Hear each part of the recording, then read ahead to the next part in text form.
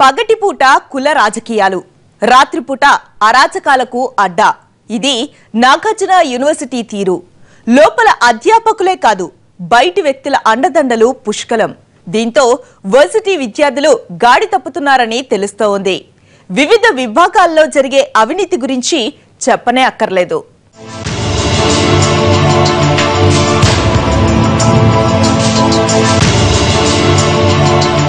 Nagarjuna university స్థాపించి ఇప్పటికి 4 దశాబ్దాలు.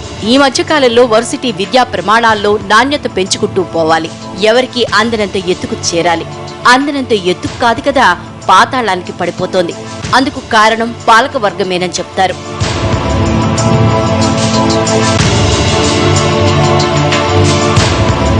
వర్సిటీలో కాసుల కమిషన్ కోసం భవనాలు నిర్మిస్తారే కానీ విద్యార్థులు కష్టపడి చదువుకోవడానికి కాదు.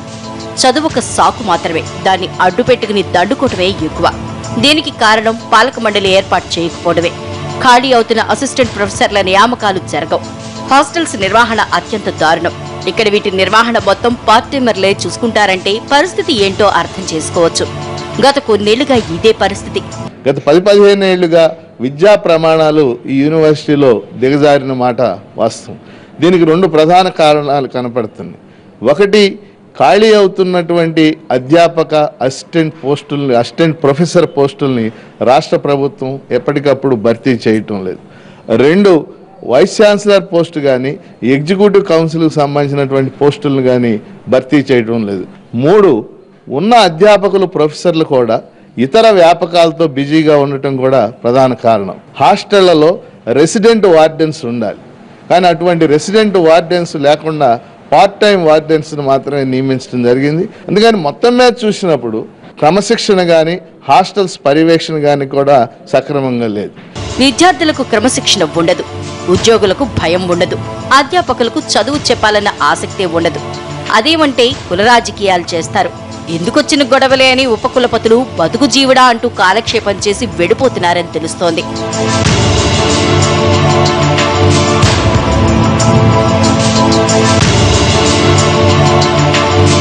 యూనివర్సిటీ పగలిలా ఉంటే రాత్రిపూట అరాచకాలకు అడ్డాగా మారిపోతుంది. దీంతో అటువైపు వెళ్లడానికి కూడా భయపడేవాళ్లున్నారు. ఇదంతా ఎవరికీ తెలియని వ్యవహారం కాదు. ఈ కార్యకలాపాల్ని యూనివర్సిటీలో పెద్ద పదవుల్లో ఉండేవాళ్లే ప్రోత్సహిస్తారట.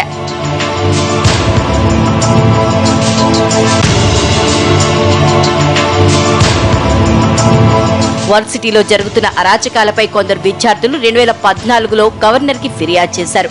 ఇక్కడి పరీక్షా భవనంలో జరుగుతున్న అవినీతిపై వివరించారు. సర్టిఫికెట్లు ఇవ్వడానికి అదనంగా డబ్బు తీసుకుంటున్నారని తెలియజేశారు. డీడీలు కట్టాల్సింది 1000 రూపాయలైతే అదనంగా మరో 1000 చెల్లించాల్సి వస్తోందని బాపోయారు. అయినా ప్రయోజనం శూన్యం. ఇక్కడ ఎలాంటి అవకతవకలు జరగలేదని నివేదికలు పంపి చేతులు దులుపుకున్నారు. దీంతో యూనివర్సిటీలో అవినీతి మరింత విజృంభించింది.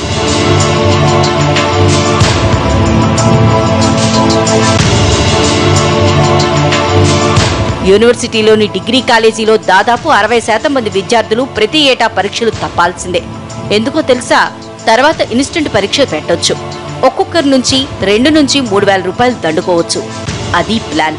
దీనికి ఓ కారణం లేకపోలేదు. ఫ్యాకల్టీ నియామకం జరగకపోవడంతో నిధులివ్వడం ఆపేసింది యూజీసీ.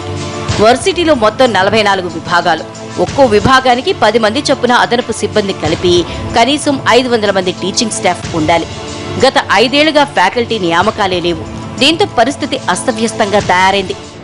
ఆచార్య నాగార్జున విశ్వవిద్యాలయంలో దాదాపు ఈరోజు 44 వరకు డిపార్ట్మెంట్లు ఉండగా ఈరోజు 110 మంది పర్మనెంట్ ఫ్యాకల్టీ ఉన్నారు. 500 మంది దాదాపు ఫ్యాకల్టీ అవసరం కాగా యూనివర్సిటీ ఇంతవరకు ఫ్యాకల్టీని నియమించకుండా మొన్న రీసెంట్గా జూన్లో ఎవరైతే ఉన్నారో గెస్ట్ ఫ్యాకల్టీ వీళ్ళకి పరీక్షల పేరుతో లేకపోతే వీడియో రికార్డింగ్ పేరుతో వీళ్ళని ఒక పరీక్ష చేసి కూడా ఇంతవరకు జూన్ జూలై గడుస్తున్నా కానీ వాళ్ళని ఇంతవరకు పోస్టులో పిలవని కారణంగా డిపార్ట్మెంట్లో 2 క్లాసులకు మించి ఈరోజు క్లాసులు జరగడం లేదు.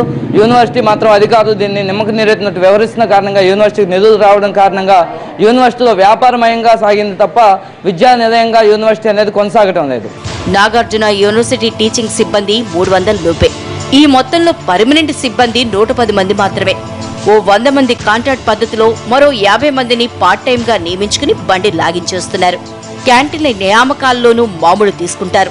చివరకు యూనివర్సిటీలో తిరిగే కార్లు, బస్సుల కాంట్రాక్టర్ల కమిషన్లు కూడా నొక్కేస్తుంటారు. చివరకు ఓ డ్రైవర్ ని నియమించాలన్నా 1,00,000-2 లక్షలు ముట్ట చెప్పాల్సిందే. ఇలాంటి అవినీతి ఆరోపణలు ఎదుర్కొంటున్న నాగార్జున యూనివర్సిటీకి యూనివర్సిటీ గ్రాంట్స్ కమిషన్ నిధులాపకుండా ఏం చేస్తుందని అంటున్నారు కొందరు అధ్యాపకులు.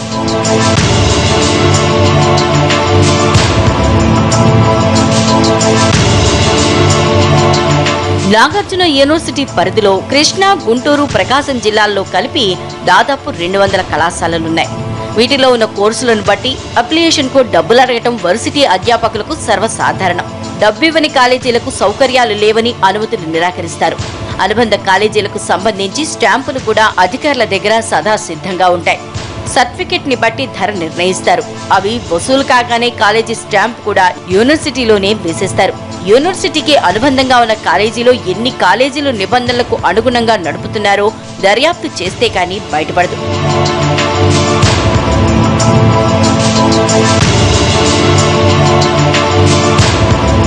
ఇక్కడ కొందరు మహానుభావులు ల్యాప్టాప్, ఇతర మెటీరియల్స్ కొనకుండానే కొన్నట్లుగా, టూర్లకు వెళ్లకుండానే వెళ్లినట్లుగా దొంగలెక్కలు చూపించారని దర్యాప్తులో తేలింది.